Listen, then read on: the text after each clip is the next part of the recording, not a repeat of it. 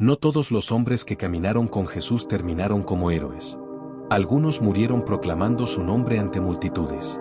Otros fueron perseguidos, encarcelados y ejecutados por no negar su fe. Pero hubo uno que terminó solo. Su nombre era Judas Iscariote. Y durante 3 años completos, fue parte del círculo más íntimo del hombre más influyente de la historia. Caminó por los mismos caminos polvorientos. Durmió bajo los mismos cielos abiertos. Comió del mismo pan. Escuchó cada parábola explicada en privado. Vio cosas que ningún otro hombre había visto jamás. Vio a un ciego abrir los ojos por primera vez. Vio a un paralítico levantarse después de años postrado. Vio demonios suplicar antes de huir. Vio el mar obedecer una sola orden. Vio como 5 panes y 2 peces alimentaban a miles. Vio a Lázaro salir de una tumba después de 4 días muerto. Y aún así, terminó traicionándolo. Eso es lo que inquieta. No fue un enemigo lejano. No fue un romano. No fue un sacerdote. Fue alguien cercano. Muy cercano. Judas no era ignorante. No era incrédulo. No era ajeno a la verdad. Era testigo directo del poder divino. Entonces la pregunta es inevitable. ¿Cómo alguien que vio tanto pudo caer tan bajo? La respuesta no es simple, pero comienza con algo pequeño. El Evangelio de Juan nos revela que Judas era quien llevaba la bolsa del dinero. Era el tesorero del grupo, el encargado de administrar los recursos, una posición de confianza. Pero también se nos dice algo más, que tomaba de lo que había en ella. No fue la traición lo que inició su caída. Fue el hábito secreto. Fue la confesión silenciosa. Fue el pecado que nadie veía. Porque el pecado raramente empieza con algo escandaloso. Empieza con lo pequeño, con lo justificable, con lo que parece inofensivo. Y lo más peligroso de todo, es que puede convivir con la apariencia de espiritualidad. Judas seguía caminando junto a Jesús. Seguía escuchando enseñanza. Seguía formando parte del grupo. Externamente, nada parecía diferente. Pero internamente, algo se estaba enfriando. Y cuando el corazón se enfría en silencio, nadie aplaude la advertencia. Nadie escucha la alarma. Nadie nota el cambio. En la última cena ocurrió algo revelador. Jesús anunció que uno de ellos lo traicionaría. No dijo el nombre. Solo anunció el hecho. Y lo que ocurrió después es estremecedor. Nadie señaló a Judas. Nadie sospechó. Nadie dijo sabía que eras tú. Todos comenzaron a mirarse a sí mismos. ¿Seré yo? Eso significa que Judas parecía sincero. Parecía fiel. Parecía comprometido. Eso es lo que hace su historia tan peligrosa. Porque demuestra que la cercanía física no garantiza fidelidad espiritual.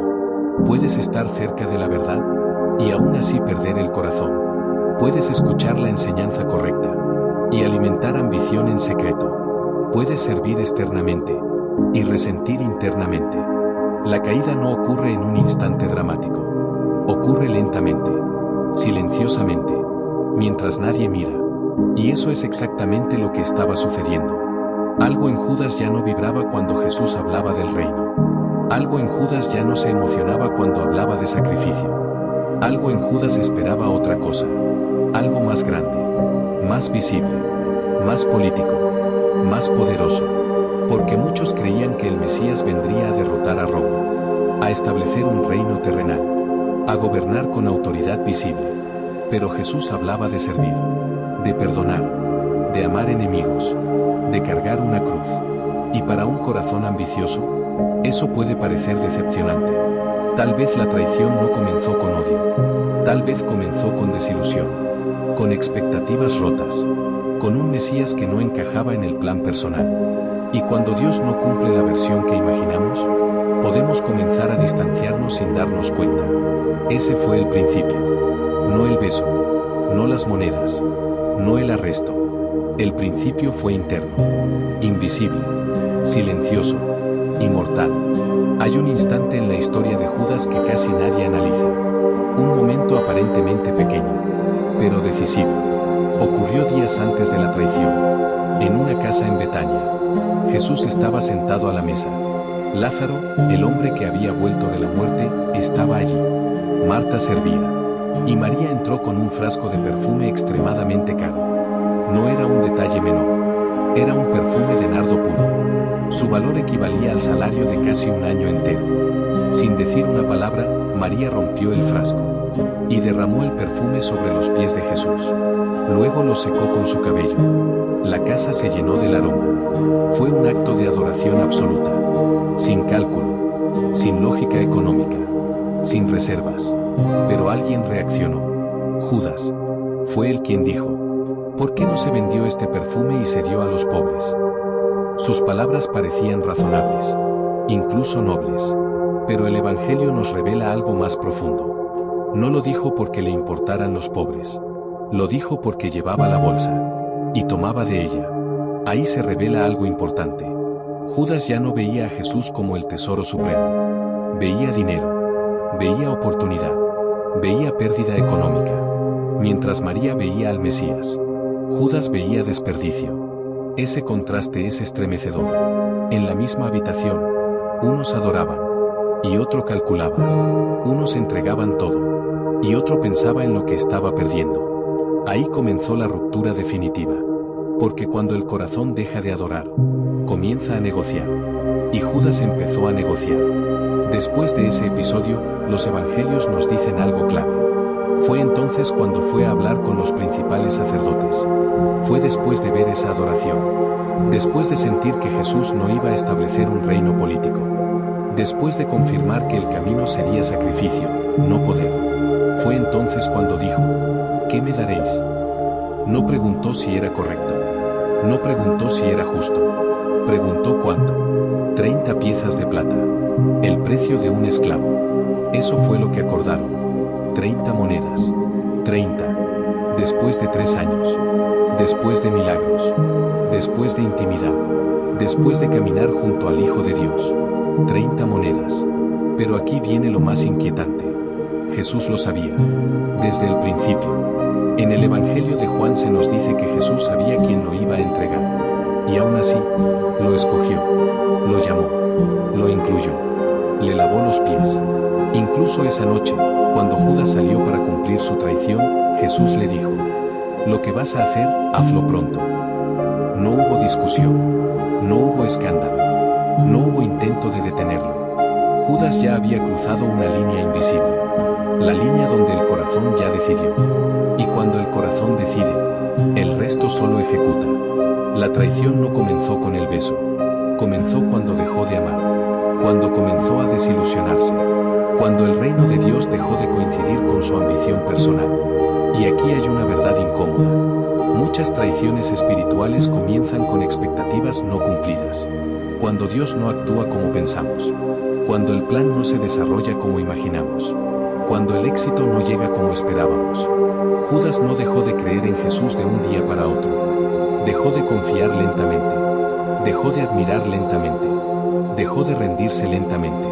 Hasta que llegó el momento en que decidió vender lo que ya no valoraba. Y ese es el punto de quiebre.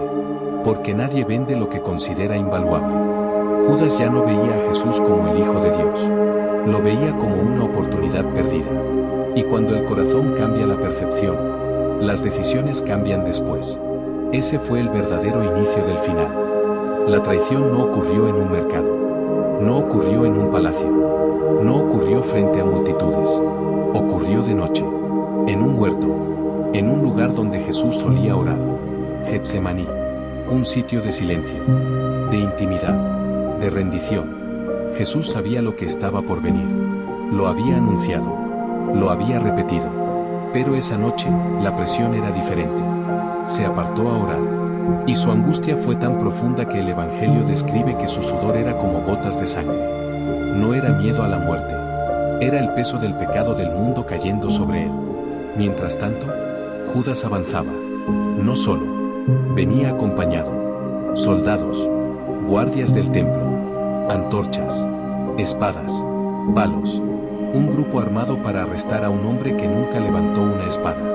Y aquí está lo que casi nadie reflexiona. Judas conocía el lugar. Sabía dónde encontrarlo. Porque Jesús iba allí con frecuencia. La traición no fue improvisada. Fue calculada. Eligió el momento de mayor vulnerabilidad. La noche. El cansancio. La intimidad. Cuando llegaron, Jesús no huyó. No corrió. No se escondió. se adelantó y preguntó: ¿A quién buscáis? Respondieron: a Jesús de Nazaret. Y él dijo: yo soy. El poder de esas palabras fue tal que retrocedieron y cayeron al suelo. Incluso en el momento de la traición, su autoridad era evidente. Pero Judas ya había acordado una señal. Un beso. Algo que normalmente simboliza afecto, amistad, respeto. Esa fue la señal. Se acercó. No gritó. No lo acusó. No lo señaló. Se acercó como amigo. Salve, maestro. Y lo besó. Ese instante es uno de los más inquietantes de toda la Escritura. No fue un acto violento. Fue un gesto íntimo convertido en arma. Jesús lo miró y dijo algo que atraviesa el alma. Amigo, ¿a qué vienes?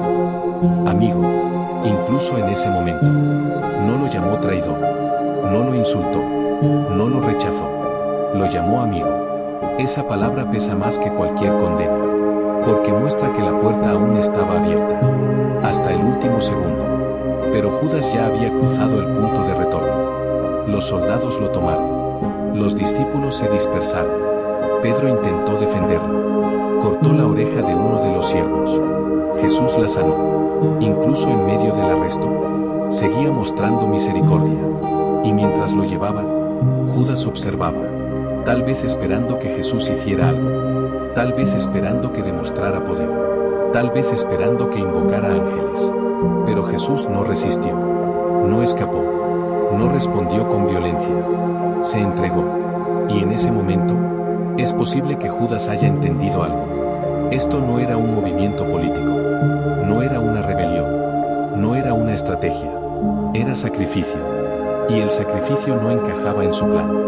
Muchos creen que Judas simplemente odiaba a Jesús. Pero el texto no dice eso. Dice que lo entregó. Y después, algo cambió. Porque cuando vio que Jesús fue condenado, cuando entendió que esto no iba a terminar con un golpe de poder, algo dentro de él se quebró. La traición se consumó. Pero el desenlace aún no había llegado. Porque lo que ocurrió después es lo que casi nadie explica correctamente. Cuando Judas vio que Jesús fue condenado, algo dentro de él se quebró. Hasta ese momento, tal vez aún pensaba que todo se resolvería de otra manera. Tal vez esperaba que Jesús demostrara poder, que escapara, que hiciera un milagro final. Pero no ocurrió. Jesús fue entregado a Pilato. Fue acusado. Fue sentenciado. Y fue condenado a morir. Y entonces el texto dice algo estremecedor. Judas se arrepintió. Eso es importante. No fue indiferente. No celebró. No siguió su vida como si nada. Se arrepintió. Sintió culpa. Sintió remordimiento. Sintió el peso real de lo que había hecho. Y fue a devolver las 30 monedas. Entró donde estaban los principales sacerdotes y dijo: he pecado entregando sangre inocente. Esa frase es poderosa. Reconoció su pecado. Reconoció la inocencia de Jesús. Reconoció su error. Pero recibió una respuesta fría. ¿Qué nos importa a nosotros? Allá tú. Lo usaron. Y lo desecharon. Exactamente como el pecado hace. Promete algo. Te da algo. Y luego te deja solo con las consecuencias. Judas lanzó las monedas en el templo. El dinero que antes parecía valioso ahora era insoportable. 30 piezas de plata. El precio de un esclavo. El precio de su traición. Pero aquí está la pregunta profunda. Si Judas se arrepintió, ¿por qué no fue perdonado? Porque hay una diferencia enorme entre remordimiento y arrepentimiento verdadero. Remordimiento es sentir culpa por las consecuencias. Arrepentimiento verdadero es volver el corazón hacia Dios. Pedro también negó a Jesús 3 veces. Con juramento. Con miedo. Con presión, y lloró amargamente. Pero Pedro corrió de vuelta. Judas no. Pedro cayó, pero volvió. Judas cayó, y se aisló. Y el aislamiento es el territorio favorito de la desesperación. Judas no buscó a Jesús. No buscó a los discípulos. No buscó restauración. Se quedó solo con su culpa. Y la culpa sin esperanza se convierte en condena. Y la condena sin fe se convierte en desesperación. Y la desesperación puede llevar a decisiones irreversibles. El texto dice que Judas fue y se ahorcó. Ahí es donde muchos creen que termina la historia. Pero no termina ahí. Porque otro evangelio añade un detalle más perturbador. Dice que cayó y su cuerpo se abrió. Muchos ven contradicción, pero lo que revela es algo más profundo. Un final violento, un final caótico, un final sin paz. Y lo más inquietante no es la forma en que murió, es el estado en que murió. Desesperado, aislado, sin esperanza. Aquí hay algo que casi nadie explica correctamente. Judas caminó con Jesús 3 años, pero nunca creyó completamente. Estuvo cerca de la verdad, pero no permitió que la verdad transformara su interior. Puedes estar cerca del fuego, y aún así morir de frío. Puedes escuchar el mensaje, y nunca rendir el corazón. Judas no fue condenado por un solo acto. Fue el resultado de un proceso interno, de pequeñas decisiones acumuladas, de ambiciones no rendidas, de expectativas no entregadas. Y cuando llegó el momento de enfrentar su pecado, eligió la desesperación en lugar de la gracia, porque la gracia estaba disponible. Jesús perdonó a quienes lo crucificaron, perdonó a Pedro, perdonó a otros, pero Judas no se acercó, no buscó misericordia, eligió cargar su culpa solo. Y ese fue su verdadero final. No la cuerda, no la caída, la desesperanza. Después de la muerte de Judas, muchos se hacen una pregunta incómoda. ¿Realmente tenía elección? Porque las Escrituras ya habían hablado de un traidor. En los Salmos se menciona: el que comía de mi pan, alzó contra mí su talón. Jesús mismo citó ese pasaje antes de ser entregado. Entonces surge la duda. ¿Si estaba profetizado? ¿Judas solo cumplía un papel? ¿Era simplemente una pieza en un plan divino? ¿Un instrumento inevitable? Esa pregunta ha inquietado a creyentes durante siglos. Pero aquí hay algo importante que entender. Que algo esté anunciado no significa que alguien sea obligado a hacerlo. La profecía revela lo que ocurrirá. No obliga al corazón a elegirlo. Dios sabía lo que Judas haría. Pero el conocimiento no es manipulación. El saber no es forzar. Porque si Judas hubiera sido un simple títere, no habría sentido culpa. No habría devuelto el dinero. No habría dicho, he pecado. La culpa revela conciencia. Y la conciencia revela decisión. Judas eligió. Eligió cada pequeña confesión. Eligió cada desilusión no entregada. Eligió ir a los sacerdotes. Eligió aceptar el precio. Eligió caminar hasta el huerto. Eligió dar el beso. Y eligió aislarse después. La profecía no lo obligó. La profecía lo describió. Y eso es distinto. Aquí hay una verdad que incomoda. Dios puede usar incluso la traición para cumplir un propósito mayor. La muerte de Jesús era necesaria para la redención. Pero eso no convierte la traición en virtud. El hecho de que Dios saque bien del mal no convierte el mal en bien. Judas no fue un héroe trágico. Fue un hombre que no supo manejar su interior. Y cuando su ambición chocó con el plan de Dios, decidió apartarse. Muchos piensan que Judas cayó en una sola noche. Pero no fue así. Su caída fue progresiva, silenciosa, interna. Nadie se convierte en traidor en un instante. Primero se permite pequeñas sombras, pequeñas justificaciones, pequeños descontentos. Y poco a poco, el corazón se endurece. Jesús le lavó los pies esa noche, incluso sabiendo lo que haría.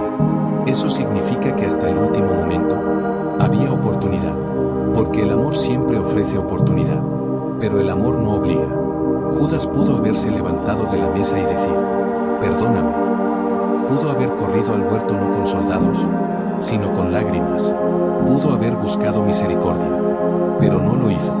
Y aquí está lo más inquietante. La tragedia de Judas no fue la traición.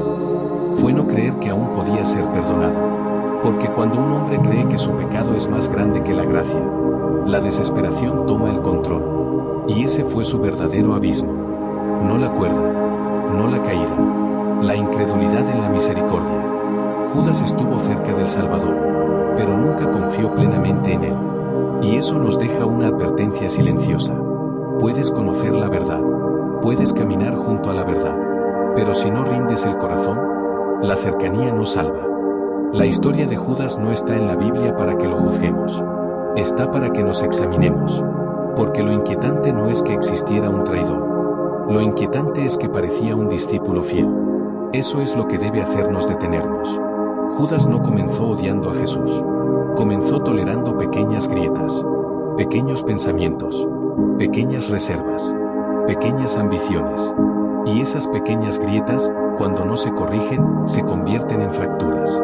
Hay algo que pocos reconocen. El corazón humano puede enfriarse en silencio. No hace ruido. No anuncia su cambio. No levanta una bandera roja. Simplemente pierde sensibilidad poco a poco. La primera vez que Judas tomó dinero de la bolsa, tal vez sintió incomodidad. La segunda vez fue más fácil. La tercera vez ya no dolía. Así funciona el endurecimiento. Y así funciona la distancia espiritual. No ocurre de golpe. Ocurre por acumulación. Muchas veces no dejamos de creer en Dios. Simplemente dejamos de rendirle ciertas áreas. Seguimos asistiendo. Seguimos escuchando. Seguimos aparentando. Pero por dentro negociamos. Y la negociación interna es peligrosa. Porque cuando el corazón empieza a negociar con lo que sabe que es verdad, ya ha comenzado la caída. Judas caminó con Jesús todos los días, pero su corazón ya no caminaba en la misma dirección. Y eso es más común de lo que pensamos. Hay personas que sirven, que predican, que cantan, que oran en público, pero guardan resentimientos no tratados, ambiciones ocultas, desilusiones no entregadas. Y cuando esas emociones no se llevan a la luz, crecen en la sombra. Judas probablemente esperaba un reino político, un Mesías poderoso, un cambio visible inmediato. Pero Jesús hablaba de cruz, de servicio, de entrega. Y cuando la visión de Dios no coincide con nuestra expectativa, podemos empezar a distanciarnos. La desilusión no tratada es una puerta abierta. No todos los que se alejan lo hacen gritando. Algunos simplemente se enfrían. Se vuelven calculadores. Se vuelven críticos. Se vuelven observadores en lugar de participantes. Y un día, toman una decisión irreversible. La historia de Judas es una advertencia contra el autoengaño. Porque él no se veía como traidor al principio. Se veía como práctico, como realista, como alguien que estaba perdiendo tiempo en un proyecto que no avanzaba como esperaba. Pero el problema no era el proyecto, era el corazón. Jesús no cambió. El que cambió fue Judas. Y eso nos confronta. Porque es posible estar cerca del mensaje correcto y aún así endurecerse por dentro. Es posible escuchar sobre gracia y no creer que aplica a nosotros cuando fallamos. Es posible caer y en lugar de correr hacia la misericordia, huir hacia el aislamiento. Y ese fue el punto más peligroso. No la traición, no el beso, el aislamiento. Cuando Judas se dio cuenta del peso de su error, no buscó comunidad, no buscó restauración, no buscó a quienes también habían fallado. Se quedó solo. Y la soledad con culpa es explosiva. Porque cuando la mente repite el error sin esperanza, la desesperación se vuelve convincente. Y la desesperación susurra mentiras. Te dice que ya es tarde. Te dice que no hay perdón. Te dice que cruzaste una línea invisible. Y si se cree esa mentira, el final puede ser trágico. La advertencia de Judas no es solo sobre traición. Es sobre incredulidad en la gracia. Es sobre no creer que aún hay camino de regreso. Es sobre pensar que el error es más grande que el amor. Y eso es lo que destruye. Hay algo que casi nadie analiza cuando habla de Judas. No fue el único que falló esa noche. Pedro también cayó. Y su caída fue pública. 3 veces negó a Jesús. 3 veces dijo que no lo conocía. Y no fue en secreto. Fue delante de personas. Con presión. Con miedo. Con testigos. Incluso llegó a jurar. Incluso llegó a maldecir. Pedro también traicionó. No con un beso, pero con palabras. Y palabras pueden ser igual de devastadoras. Entonces surge la pregunta inevitable. ¿Por qué Pedro fue restaurado y Judas no?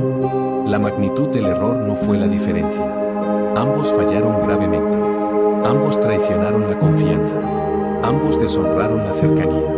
La diferencia fue lo que hicieron después. Pedro lloró, pero no se aisló. Pedro se quebró, pero no huyó definitivamente. Pedro falló, pero permaneció cerca del grupo. Y cuando Jesús resucitó, Pedro estaba allí, herido, avergonzado, pero presente. Judas, en cambio, se apartó. Se encerró en su culpa. Se convenció de que ya no había lugar para él. Y esa es la línea invisible que separa destinos. No es si caes, es hacia dónde corres después de caer.